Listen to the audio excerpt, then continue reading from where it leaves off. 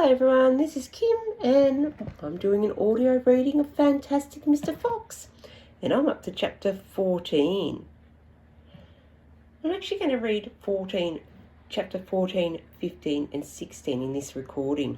So I'm going to give you the clue now. So remember we had the st and then we had the or. So it was st, or, and now I'm going to give you three letters and they're going to be I, E, S. I for ice cream, E for Easter, and S for Sam. So you should have that word ready. It's t or ease.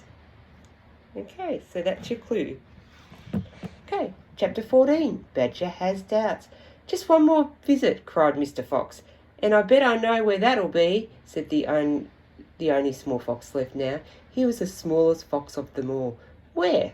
Asked Badger. Well, said the smallest fox, we've been to Boggis and we've been to Bunce, but we haven't been to Bean. It must be Bean. You're right, said Mr. Fox, but what you don't know is which part of Bean's place we're about to visit. Which? They both said together. Aha, said Mr. Fox. Just you wait and see. They were digging as they talked. The tunnel was going forward fast. Suddenly Badger said, Doesn't this worry you just a little tiny bit, Foxy? Worry me, said Mr. Fox. What? All this stealing? Mr. Fox stopped digging and stared at Badger as though he'd gone completely dotty. My dear old furry frump, he said, do you know anything in this whole wide world who wouldn't swipe a chicken if his children were starving to death? There was a short silence while Badger thought deeply about this. You are far too respectable, said Mr. Fox. There's nothing wrong with being respectable, Badger said. Look, said Mr. Fox, Boggis and Bunce and Bean are out to kill us. You realise that, I hope. I do, Foxy. I do indeed, said the gentle Badger. But we're not going to stoop to their level. We don't want to kill them. I should hope not. Indeed, said Badger. We wouldn't dream of it, said Mr. Fox. We shall simply take a little food here and there to keep us and our families alive, right? I suppose we have to, said Badger. If they want to be horrible, let them, said Mr. Fox. We're down here a decent, peace-loving people. Badger laid his head on one side and smiled at Mr. Fox. Foxy, he said, I love you. Thank you, said Mr. Fox. And now let's get on with the digging. 5 minutes later, Badger's front paws hit again something flat and hard. What on earth is that? He said. It looks like a solid stone wall.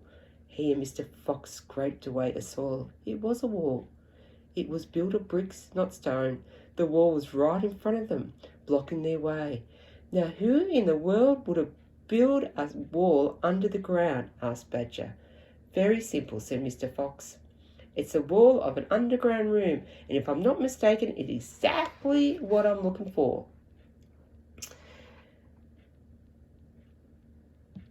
And that's the end of that chapter. So 15.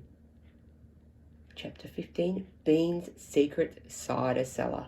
Mr. Fox examined the wall carefully. He saw that the concrete between the bricks was old and crumbly, so he loosened a brick without too much trouble and pulled it away. Suddenly, out from the hole where the brick had been, there popped a small, white, sharp face with whiskers.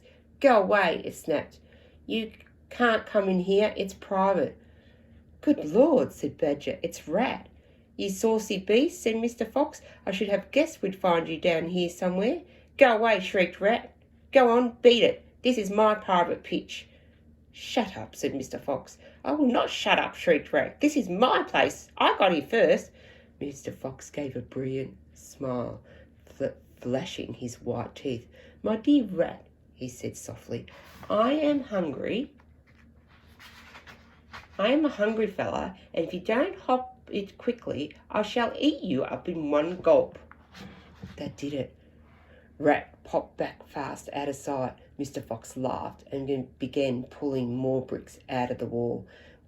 When he had made a biggish hole, he crept through it. Badger and the smallest fox followed him. They found themselves in a vast, damp, gloomy cellar. This is it, cried Mr. Fox.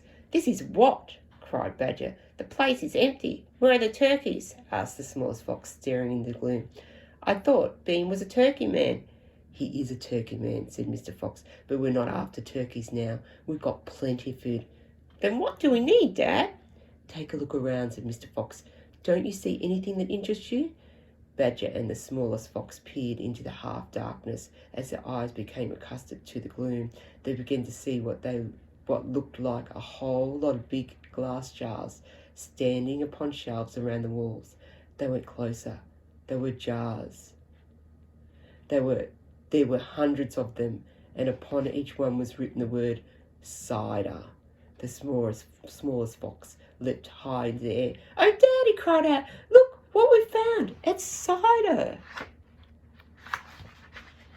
"Exactly," said Mr. Fox. "Tremendous!" shouted Badger. "Bean's secret cider cellar," said Mr. Fox. "But go carefully, my dears. Don't make a noise. This cellar is right underneath the farmhouse itself."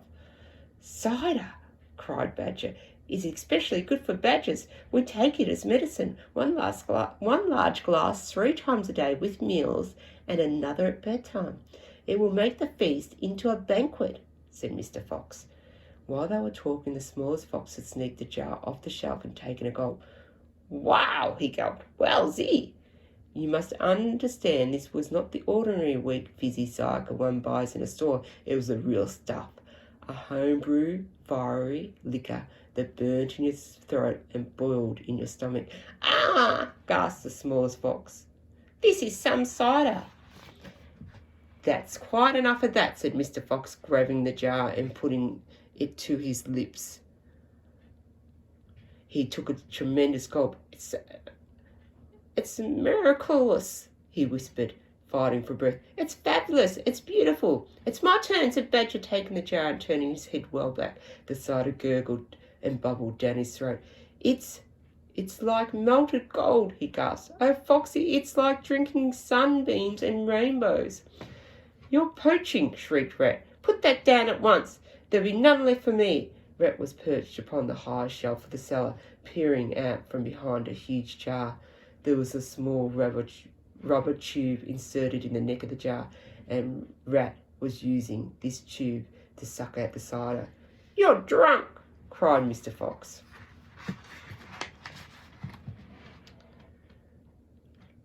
"Mind your own business," shrieked Rat. "And if you're a great clumsy brute comes messing about in here, we'll all get caught. Get out and leave me to sip my cider in peace." At that moment they heard a woman's voice calling out in the house above them. "Hurry up and get that cider, Mabel," the voice called. "You know Mr. Bean doesn't like to be kept waiting, especially when he's been out there all night in a tent." The animals froze. They stayed absolutely still. Their ears pricked, their bodies tensed. Then they heard the sound of the door being opened. The door was at the top of the flight of stone steps leading down from the house to the cellar, and now someone was starting to come down those steps. And that's the end of chapter 15.